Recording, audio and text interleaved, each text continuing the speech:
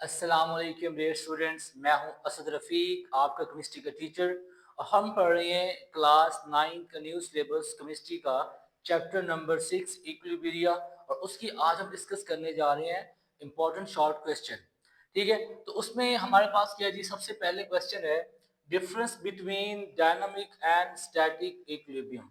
कि हमारे पास क्या है जी, जो डायनामिक इक्विलिब्रियम है वो स्टैटिक इक्विलिब्रियम से किस तरह से डिफरेंट होती हैं। तो हमारे पास बेटा जो डायनामिक इक्विलिब्रियम होता है ना, बेसिकली सबसे पहले कि इक्विलिब्रियम क्या चीज़ है। इक्विलिब्रियम एक ऐसी कंडीशन है जहाँ पे रेट ऑफ फॉरवर्ड रिएक्शन और रिवर्स रिएक्शन जो क्या होता है इक्वल होता है और एक दूसरे की अपोजिट साइड पे होता है, उसको हम कहते हैं इक्विलिब्रियम की स्टेट। डायनामिक का मतलब होता है बेटा मोशन। बेसिकली हमारे पास डायनामिक का मतलब क्या होता है जी, मोशन। कि जब आपके पास कोई इक्विलिब्रियम स्टेज है जहाँ पे आप कोई रिवर्सिबल रिएक्शन है, उसमें रेट ऑफ फॉरवर्ड रिएक्शन और रिवर्स रिएक्शन जो है वो इक्वल हो जाए, लेकिन आपका जो रिएक्शन है वो मोशन में हो, उसको हम कहते हैं dynamic equilibrium stage. A state eight which reaction does not stop. एक ऐसी स्टेट जहाँ पे रिएक्शन जो है वो स्टॉप ना हो, only rate of forward and reverse reaction is equal and opposite to each other is called dynamic equilibrium. कि एक ऐसी स्टेट, एक ऐसी कंडीशन जहाँ पे रिएक्शन जो है वो स्टॉप ना हो रहा हो, जस्ट क्या हो, रिएक्शन कंटिन्यू है, रिएक्शन क्या है, प्रोसीड कर रहा है, लेकिन जस्ट उसका रेट ऑफ फॉरवर्ड रिएक्शन और रेट ऑफ रिवर्स रिएक्शन जो है वो एक दूसरे के इक्वल है और अपोजिट डायरेक्शन में है। एग्जांपल हम ले रहे हैं हाइपर प्रोसेस में प्रोडक्शन ऑफ अमोनिया। कि आपके पास, हमारे पास क्या है जी, नाइट्रोजन का 1 मोल है, जब उसको हम हाइड्रोजन के 3 मोल के साथ रिएक्ट करवाएंगे, कंडीशन क्या है हमारे पास इस रिएक्शन की, कि टेम्परेचर जो है वो 400 डिग्री सेंटीग्रेड होना चाहिए और कैटलिस्ट हम यूज करें यहाँ पे आयरन। ठीक है, तो हमारे पास 2 मोल्स ऑफ अमोनिया प्रोड्यूस होंगे। अब यहाँ पे ये हमारे पास रिएक्टेंट है, जब रिएक्टेंट्स मिलके प्रोडक्ट्स बनाएंगे उसको कहते हैं जी फॉरवर्ड रिएक्शन। और जब प्रोडक्ट्स जो है वो वापस डिकम्पोज होके रिएक्टेंट्स बनाते हैं, उस प्रोसेस को कहते हैं रिवर्स रिएक्शन या बैकवर्ड रिएक्शन। तो डायनामिक इक्विलिब्रियम हमारे पास वो स्टेट है जब हमारे पास रेट ऑफ फॉरवर्ड रिएक्शन और रेट ऑफ बैकवर्ड रिएक्शन जो है वो क्या हो जाए, इक्वल हो जाए, लेकिन इनकी डायरेक्शन आपस में क्या होगी, अपोजिट होगी, उसको हम कहते हैं डायनामिक इक्विलिब्रियम। ठीक है, नेक्स्ट हमारे पास क्या जी, what is static equilibrium. Static का मतलब बेसिकली हमारे पास बेटा होता है जी साकिन। साकिन मीन के ठहरा हुआ, रुका हुआ। तो हमारे पास स्टैटिक इक्विलिब्रियम क्या है जी, एक ऐसी स्टेट है इक्विलिब्रियम की, state of equilibrium in which reaction is cease to proceed. कि आपके पास जो रिएक्शन है वो रुका हुआ है, रिएक्शन ना, रिएक्टेंट्स जो है वो प्रोडक्ट्स में कन्वर्ट हो रहे हैं, ना प्रोडक्ट्स जो है वो रिएक्टर्स में कन्वर्ट हो रहे हैं, जस्ट क्या है जी, आपका रिएक्शन सीज हो गया है, रुक गया है, प्रोसीड नहीं कर रहा, उसको कहते हैं स्टैटिक इक्विलिब्रियम। कि इक्विलिब्रियम की वो स्टेट जहां पे रिएक्शन जो है इज सीज, सीज कहते हैं रुक जाना, टू प्रोसीड, आगे ना चल रहा हो, उसको हम कहते हैं कि वो स्टैटिक इक्विलिब्रियम है। एग्जांपल क्या है इसकी, a book laying on table is the example of static equilibrium. आपके पास एक मेज है, एक टेबल है, उसके ऊपर क्या हुआ, बुक पड़ी हुई है, तो ये क्या है, स्टैटिक इक्विलिब्रियम की एग्जांपल है। क्योंकि बुक जो है, जितना मतलब कि फोर्स बुक मेज पे लगा रहा है, उतनी मेज जो है वो बुक पे लगा रही है, इसलिए ओवरऑल उनकी जो फोर्सेस है ना, वो एक दूसरे को कैंसिल कर देंगी और बुक जो है वो वहीं पे पड़ी रहेगी। इसको कहते हैं स्टैटिक इक्विलिब्रियम। कि जब एक ऐसा इक्विलिब्रियम जहाँ पे कोई भी रिएक्शन जो है वो प्रोसीड ना हो रहा हो, जितने भी रिएक्शन हो रहे होते हैं सारे रुक जाएं, उसको कहते हैं जी स्टैटिक इक्विलिब्रियम। नेक्स्ट हमारे पास बेटा क्वेश्चन है, what happen if temperature is increased for. हमारे पास एक रिएक्शन दिया गया है जिसमें हमारे पास वाटर जो है वो डिकम्पोज हो रहा है जी, वाटर डिकम्पोज हो रहा है हाइड्रोजन गैस में और ऑक्सीजन गैस में। तो इस रिएक्शन का वो कह रहा है कि अगर हम इस रिएक्शन के टेम्परेचर को इंक्रीज करें तो इस पे क्या इफेक्ट पड़ेगा।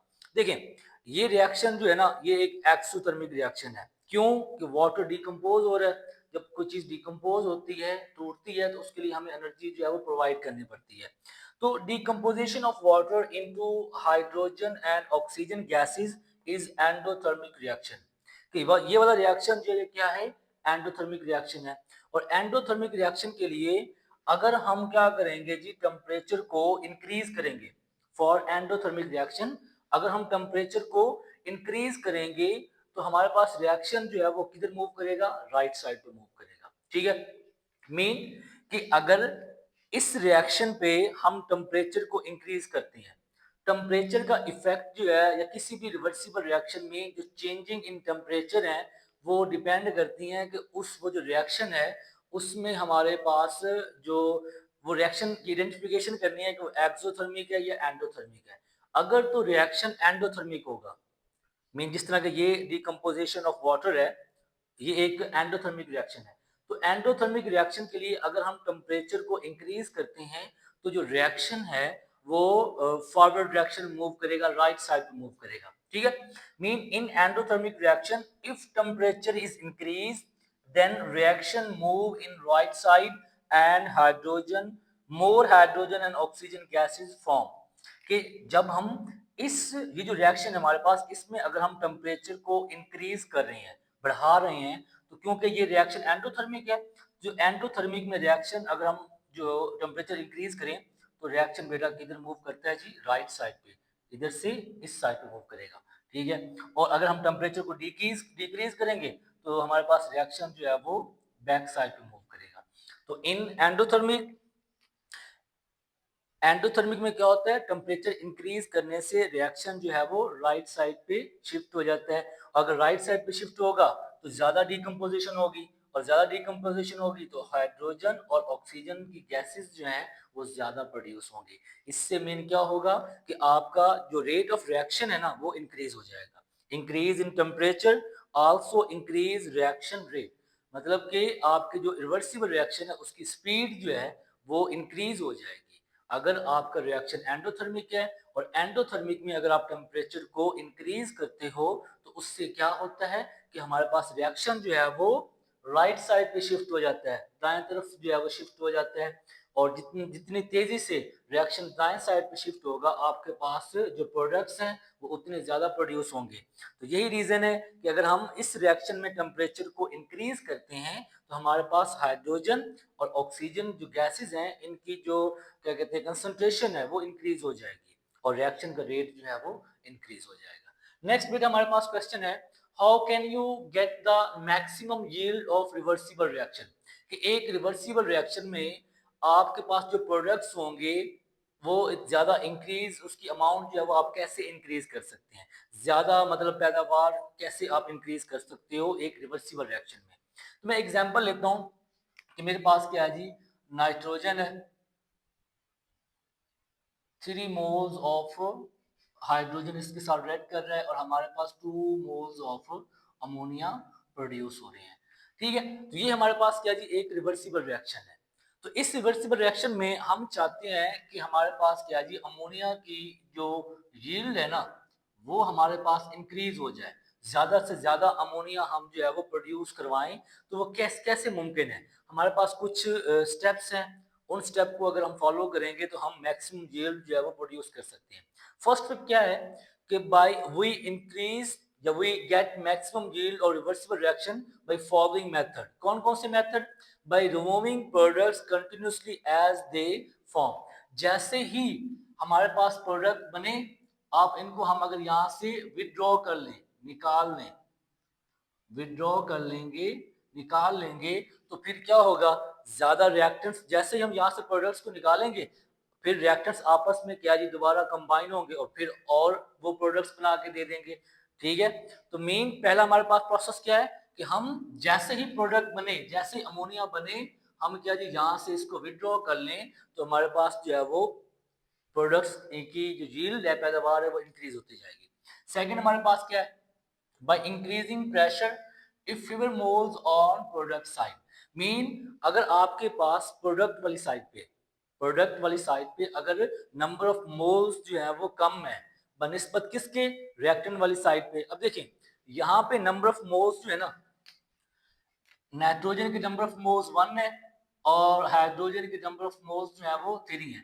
मीन रिएक्टेंट वाली साइड पे टोटल नंबर ऑफ मोल्स बेटा 4 है और प्रोडक्ट वाली साइड पे टोटल नंबर ऑफ मोल्स बेटा 2 है। तो अगर आपके पास एक ऐसा रिवर्सिबल रिएक्शन जिसमें प्रोडक्ट वाली साइड पे नंबर ऑफ मोल्स कम होंगे, तो अगर हम प्रेशर को इंक्रीज कर देंगे, प्रेशर को इंक्रीज करेंगे, तो होगा ये कि आपके पास जो रिएक्शन है वो राइट साइड पे शिफ्ट हो जाएगा। मीन रिएक्टेंट तेजी से आपस में कंबाइन होंगे और प्रोडक्ट की प्रोडक्शन जो है ना वो ज्यादा इंक्रीज हो जाएगी, यील्ड जो है वो इंक्रीज हो जाएगी। मीन बाय इंक्रीजिंग प्रेशर, अगर हम प्रेशर को इंक्रीज करेंगे, if fever moles on product side, अगर हमारे पास क्या है जी, मोल जो है वो प्रोडक्ट के वो कम है, तो प्रेशर को इंक्रीज करने से भी यील्ड जो है वो इंक्रीज हो जाती है। उसके बाद हमारे पास थर्ड स्टेप क्या है, by decreasing temperature for exothermic and increasing temperature for endothermic. Mean अगर आपके पास रिवर्सिबल रिएक्शन जो है वो एक्सोथर्मिक है, उसमें से हीट जो है इवॉल्व हो रही है, तो टेम्परेचर बढ़ाने से हमारा जो रिएक्शन होगा वो फॉरवर्ड डायरेक्शन में मूव करेगा। और जब रिएक्शन फॉरवर्ड डायरेक्शन में मूव करे, ठीक है, मीन क्या जी, इस साइड से इस साइड पे मूव करेगा, तो इसका मतलब ये है कि हमारे पास प्रोडक्ट्स की जो कंसंट्रेशन है वो ज्यादा बनेगी, मीन यील्ड जो है वो इंक्रीज होगी। लेकिन एंडोथर्मिक के लिए आपने क्या करना पड़ेगा, सॉरी एक्सोथर्मिक के लिए हमें टेम्परेचर कम करना पड़ेगा। अगर आपके पास रिवर्सिबल रिएक्शन जो है वो एक्सोथर्मिक है, हीट उसमें से क्या हो रही है, इवॉल्व हो रही है, तब हम क्या करेंगे, टेम्परेचर कम करने से रिएक्शन फॉरवर्ड रिएक्शन मूव करेगा और यील्ड इंक्रीज हो जाएगी। लेकिन अगर आपके पास रिएक्शन जो है वो एंडोथर्मिक है, जिसमें हीट हमें देनी पड़ती है, तब हमें टेम्परेचर बढ़ाना पड़ेगा। जब टेम्परेचर बढ़ाएंगे तो रिएक्शन की जो रिएक्शन होगी वो फॉरवर्ड रिएक्शन में हो जाएगा और हमारे पास ज्यादा यील्ड प्रोड्यूस होगी, प्रोडक्ट्स जो है वो ज्यादा बनेंगे। और थर्ड हमारे पास क्या जी, एडिंग कैटलिस्ट। हम अगर ऐड कोई क्या कहते हैं रिवर्सिबल रिएक्शन में कैटलिस्ट को ऐड करते हैं, तो कैटलिस्ट का काम क्या है, वो रिएक्शन को स्पीड अप कर देता है। यील्ड में उसका रोल नहीं है, लेकिन ये है कि वो क्या करेगा जी, इक्विलिब्रियम को अटेन होने में क्या करेगा, हेल्प आउट करेगा, जल्दी इक्विलिब्रियम स्टैब्लिश हो जाएगा। तो जितने ज्यादा रिएक्शन स्पीड ज्यादा होगी तो प्रोडक्ट ऑटोमेटिकली क्या हो जाएंगे, ज्यादा हो जाएंगे। तो ये हमारे पास बेटा क्या है जी, 4 स्टेप है, जिन स्टेप से हम क्या कर सकते हैं जी, किसी भी रिवर्सिबल रिएक्शन में ज्यादा से ज्यादा यील्ड प्रोड्यूस कर सकते हैं, प्रोडक्ट प्रोड्यूस करवा सकते हैं। पहला बेटा हमारे पास क्या है कि हम जो प्रोडक्ट बन रहे हो उनको जो है फौरन निकालते जाएं। दूसरा ये है कि जो है टेम्परेचर प्रेशर को इंक्रीज कर दें अगर प्रोडक्ट साइड पे हमारे पास नंबर ऑफ मोल्स जो है वो कम है बनिस्बत रिएक्टेंट के। और टेम्परेचर डिक्रीज करेंगे फॉर एक्सोथर्मिक के लिए, तब वो जो है प्रोडक्शन बढ़ जाएगी। और एंडोथर्मिक के लिए प्रेशर को बढ़ा देंगे, तब हमारे पास प्रोडक्शन जो है वो इंक्रीज, यील्ड इंक्रीज हो जाएगी। और कैटलिस्ट ऐड करेंगे तब भी जो है वो यील्ड इंक्रीज हो जाएगी। नंबर 4 पे हमारे पास क्या है जी, how can you decrease the time to attain the position of equilibrium in reversible reaction. कि आपके पास एक रिवर्सिबल रिएक्शन है, फिर रिवर्सिबल रिएक्शन आपको पता है कि ऐसा रिएक्शन जिसमें रिएक्टेंट्स प्रोडक्ट्स में कन्वर्ट हो रहे हो और प्रोडक्ट्स जो है दोबारा रिएक्टेंट्स में कन्वर्ट हो रहे हो, उसको हम नाम देते हैं रिवर्सिबल रिएक्शन का। तो वो कह रहा है कि रिवर्सिबल रिएक्शन में हम जो इक्विलिब्रियम की पोजीशन है उसका टाइम जो है वो कैसे कम कर सकते हैं कि कम टाइम में जो है वो इक्विलिब्रियम स्टैब्लिश हो जाए, रेट ऑफ फॉरवर्ड रिएक्शन और रेट ऑफ रिवर्स रिएक्शन जो है वो इक्वल हो जाए। इक्विलिब्रियम का मतलब यही होता है ना कि वो पोजीशन या वो कंडीशन या वो स्टेट जहां पे किसी भी रिवर्सिबल रिएक्शन का रेट ऑफ फॉरवर्ड रिएक्शन और रेट ऑफ बैकवर्ड रिएक्शन जो इक्वल हो जाए, उसको हम कहते हैं इक्विलिब्रियम की पोजीशन। तो हम टाइम जो है वो कैसे कम कर, जितनी मतलब कैसे जो है ना जल्दी से जो है इक्विलिब्रियम की स्टेट आ जाएगी। तो हमारे पास क्या है जी, 3 स्टेप्स हैं। पहला हमारे पास क्या है जी कि बाई एडिंग अ कैटलिस्ट। जब आप कैटलिस्ट ऐड करेंगे वो रेट ऑफ फॉरवर्ड रिएक्शन को और रेट ऑफ रिवर्स रिएक्शन को स्पीड अप कर देगा, उससे जल्दी से क्या हो जाएगा, इक्विलिब्रियम जो है वो कम टाइम में इक्विलिब्रियम स्टैब्लिश हो जाएगा। नेक्स्ट हमारे पास क्या है जी, बाय इंक्रीजिंग टेम्परेचर। ठीक है बेटा, ये चीज याद रखनी है आपने कि अगर रिवर्सिबल रिएक्शन जो है वो एंडोथर्मिक है, तो उसमें क्या करना है जी, आपने फॉरवर्ड डायरेक्शन में मूव करवाने के लिए टेम्परेचर को इंक्रीज करना पड़ेगा। लेकिन अगर आपके पास रिएक्शन जो है ना, अगर आपके पास रिएक्शन जो है वो है जी एंडोथर्मिक, तब आपको सॉरी एक्सोथर्मिक है तो टेम्परेचर डिक्रीज करना पड़ेगा। मीन कि इक्विलिब्रियम के टाइम को कम करने के लिए हम क्या करेंगे, increasing temperature if endothermic reaction and pressure if gases involve. ठीक है, मीन अगर रिवर्सिबल रिएक्शन में गैसेस हैं तब आप प्रेशर को चेंज करेंगे तो आपके पास क्या होगा, इक्विलिब्रियम जल्दी स्टैब्लिश हो जाएगा। वो जस्ट इम्प्लीमेंट होता है जी गैसेस का, गैसेस स्टेट में होगा रिएक्शन, तब आपके पास क्या होगा जी कि प्रेशर को इंक्रीज करेंगे या डिक्रीज करेंगे तो हमारा इक्विलिब्रियम पे चेंज आएगा। अगर आपके पास रिवर्सिबल रिएक्शन जो है वो गैसियस स्टेट में नहीं है तब प्रेशर के चेंज से उस पर कोई इफेक्ट नहीं पड़ेगा।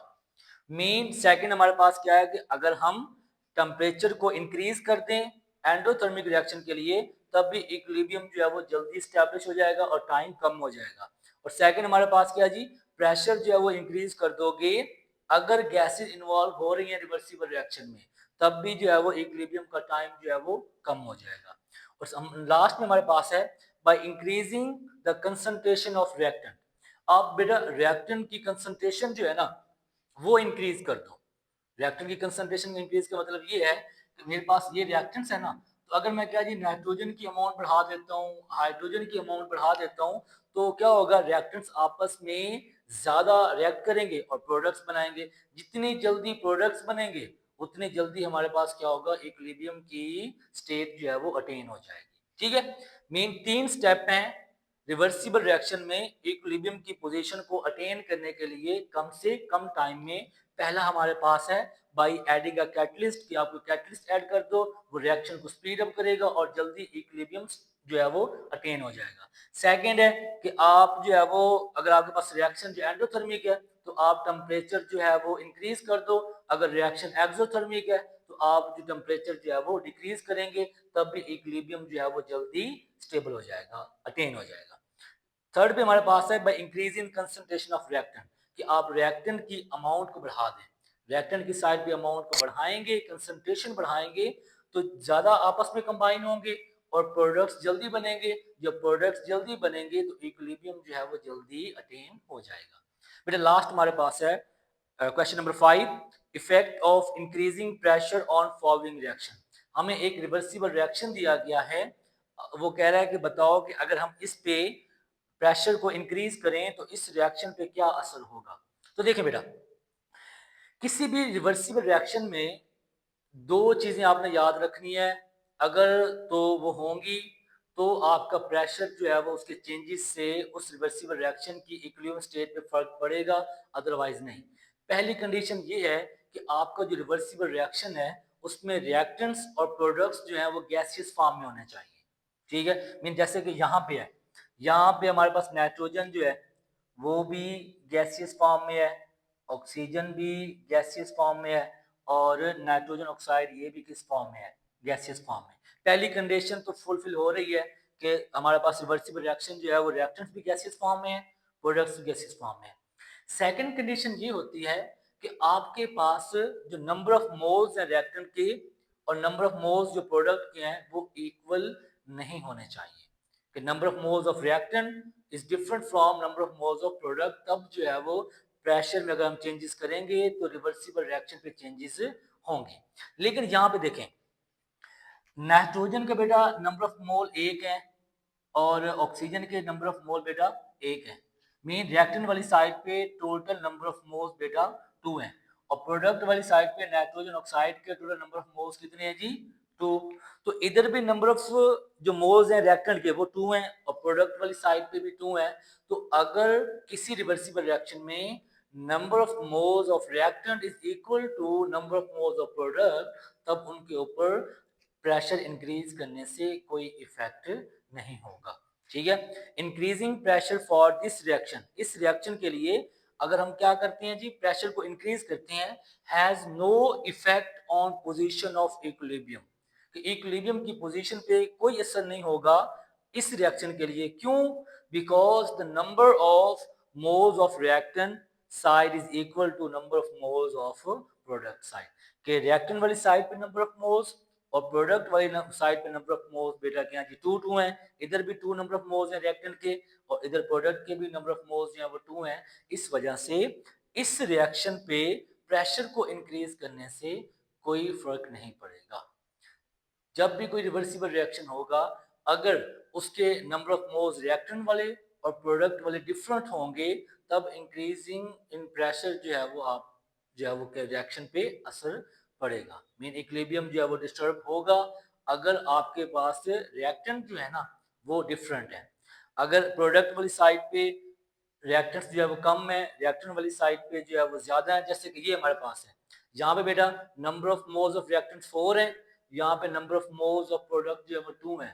तो इससे क्या होगा, अगर हम टेम्परेचर इंक्रीज करेंगे तो रिएक्शन जो है ना वो फॉरवर्ड रिएक्शन में मूव कर जाएगा, और अगर प्रेशर डिक्रीज करेंगे तो रिएक्शन जो है वो बैकवर्ड साइड पे मूव कर जाएगा। ठीक है बेटा, तो ये हमारे पास क्या है जी इंपॉर्टेंट शॉर्ट क्वेश्चन। तो बेटा इनको आपने नोट कर लेना है, अगर किसी पॉइंट की समझ न लगे तो आप कमेंट सेक्शन में पूछ सकते हैं। मजीद फर्दर एक्सरसाइज के लिए इस चैनल के साथ जुड़े रहिए, उसको सब्सक्राइब करें, आगे दोस्तों के साथ जो है वो शेयर करें। मिलते हैं नेक्स्ट क्वेश्चन के साथ। अल्लाह हाफिज़।